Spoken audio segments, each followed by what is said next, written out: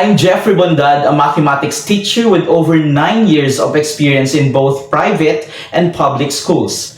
With a master's degree in mathematics, I've built a strong foundation in creating differentiated lessons that meet the diverse needs of my learners. Every school year, I assess my students' learning levels and provide targeted support.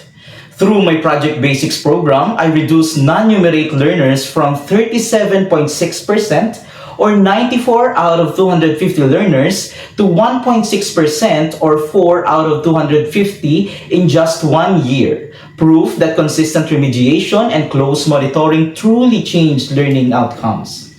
Being recognized as the 2024 Outstanding Secondary Teacher in our district is meaningful to me because it reflects my students' growth. It reminds me that when we guide, encourage, and believe in our learners, they flourish. My teaching philosophy is simple: make mathematics practical, meaningful, and enjoyable through real-life applications, collaboration, and critical thinking. Beyond teaching, I'm passionate about music and serve as a song leader in my church. I also coach athletics, helping students build skills, discipline, and sportsmanship. I love traveling with my family across the Philippines, from Boracay to Cebu, El Nido, Palawan, and Baguio, which enriches my understanding of different cultures and inspires me to bring creativity and energy into my classroom. One strategy I strongly use is this differentiated instruction, where activities are designed at various levels so every learner can succeed. At the start of the year, I assess my students' math levels and tailor lessons accordingly. For example, when teaching the distance formula, beginners estimate distances between familiar Laguna landmarks, our place, while higher-level students solve coordinate problems and even plan multi-step travel routes. This makes math meaningful and connected to their real world. I also apply collaborative learning, letting students work in pairs or groups to solve problems and explain their thinking. In a probability lesson, for instance, students roll dice or draw cards together, discuss strategies, and compare outcomes. This builds deeper understanding, confidence, and teamwork while making learning more engaging and interactive. I am deeply involved in extracurricular activities that help students grow beyond the classroom. As grade level and math coordinator, I led math club initiatives, including a math camp that challenged students with interactive tasks, presentations, and team competitions. Since 2022, I've served as an athletics coach, guiding students in competitions while building discipline, sportsmanship, and resilience. I also help organize key school events like junior and senior prom, turnover ceremonies, and culminating activities, ensuring they are engaging and meaningful. Additionally, I mentor students in painting contests, math competitions, and quiz bees, strengthening their creativity, problem solving, and confidence. Through these roles, I support students' holistic development, nurturing their academic, artistic, and athletic growth, as well as leadership, teamwork, and responsibility. If students become noisy or inattentive, I use nonverbal cues like moving closer to them, pausing for a moment, or making eye contact to them to remind them to focus without stopping the lesson. Sometimes I use a signal or gesture that we have agreed in on class, like raising my hand so they know it's time to listen. I also make lessons interactive by asking questions or giving quick activities to bring back their attention. Most of all, I set clear expectations at the start of the year so students understand the importance of respect and focus during class. I believe that teaching is an extension of my ministry in our church, where I first discovered the joy of helping others learn. While studying, I financed my education by offering math tutoring to students in my community. This experience showed me firsthand how struggling students could gain confidence and understanding when someone patiently guides them through mathematical concepts. Seeing students who were initially hesitant begin to enjoy solving problems and applying math in real life situations inspired me deeply.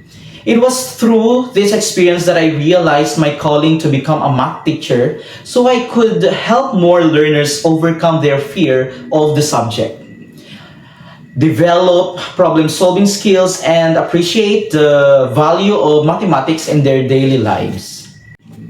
I have been teaching mathematics to junior high school students, particularly grade 10, for about 7 years in the public school system. Before that, I taught 2 years in a private school, handling a broad range of students from grade 7 to 10 and even senior high school learners. Over the years, I have taught a variety of mathematics subjects, including algebra, advanced algebra, geometry, trigonometry, statistics and probability, pre-calculus and basic calculus, and business math, giving me extensive experience in both foundational and advanced topics. Most of my experience is with students age 14 to 16, which has helped me understand the challenges they face while learning. I have also worked with younger high school students, helping them improve their problem solving, thinking skills, and confidence in math. This experience has taught me to adjust my teaching so that lessons are interesting, easy to understand, and meaningful for all students.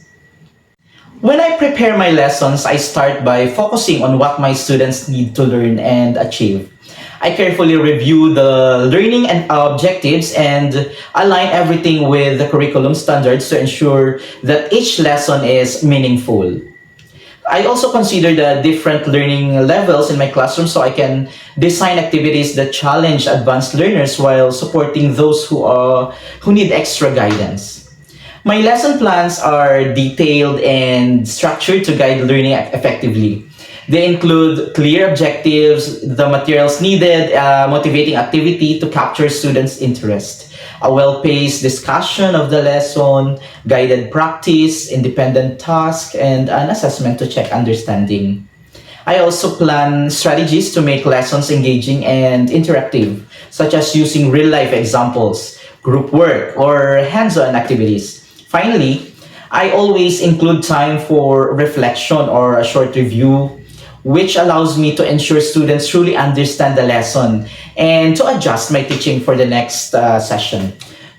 For me, lesson preparation is not just about planning content, it's about creating an experience where students can connect, explore, and enjoy learning, making mathematics meaningful and accessible to every learner. When students enter the classroom, they dive into hands-on, interactive mathematics lessons such as exploring distinguishable permutations. They begin by reviewing prior knowledge, the factorials, permutations, and real-life examples before engaging in activities. One highlight is the Sort Me Out activity inspired by Kalawan Piña Festival, which students organize items like word kapistahan, different pineapple products, the balloon colors, and banderitas. During this stage, I apply differentiated activities based on each student's level. Beginners explore simple arrangements, intermediate learners calculate combinations using scaled examples, and advanced students plan multi-steps arrangements connecting several festival items. And this approach ensures every learner participates in meaningfully and challenged appropriately. Students then apply formulas in real-life scenarios, calculating arrangements and preparing creative presentations to promote the festival as guides, poets, or reporters, blending math with communication and cultural appreciation. They also use technology and visual aids, PowerPoint, TV monitors, and even calculators to enhance problem solving and interactive learning, making the lessons both engaging and meaningful for all. To evaluate my students' progress, I use both formative and summative assessments. For formative assessments, I give quizzes, sit work, group activities, and class discussions to check their understanding while we are still in the lesson. For summative assessments, I use periodic tests, projects, and performance tasks to measure what they have learned at the end of a unit. I use recitations and observation to see how students apply concepts in class. In addition, I provide feedback and give opportunities for students to improve, so assessments becomes a tool for learning, not just grading. Yes, I actively use technology to make lessons engaging and meaningful. In probability lessons, I use PowerPoint simulations and short videos to show real-life applications like rolling dice or predicting outcomes. I also use online tools such as Wayground for gamified activities.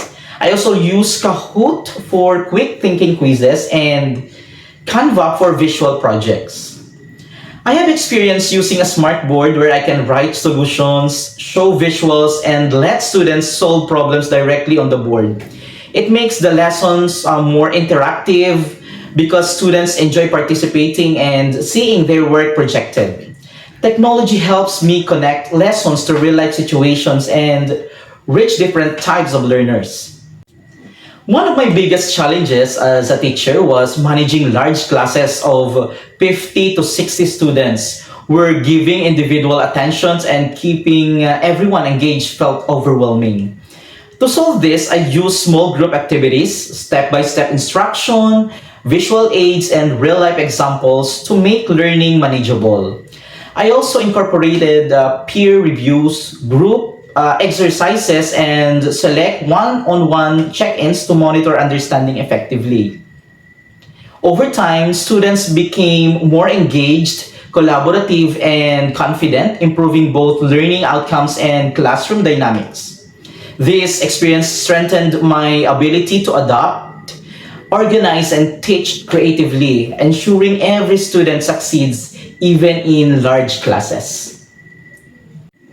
One example that shows that I am flexible teacher was during a lesson on permutations and combinations.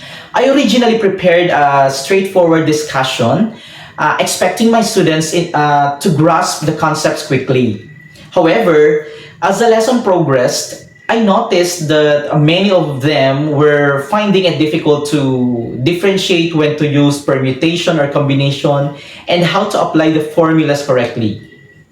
Instead of following my original plan, I immediately adjusted my approach. I broke the lesson into smaller, more manageable steps and used visuals such as color-coded charts and simple real-life scenarios like arranging students in line and versus choosing a committee.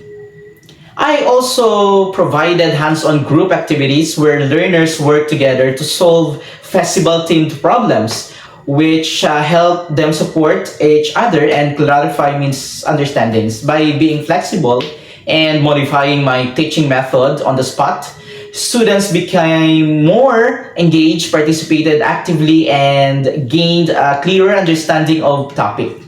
This experience showed me the importance of adapting to my learners' needs to ensure successful learning outcomes.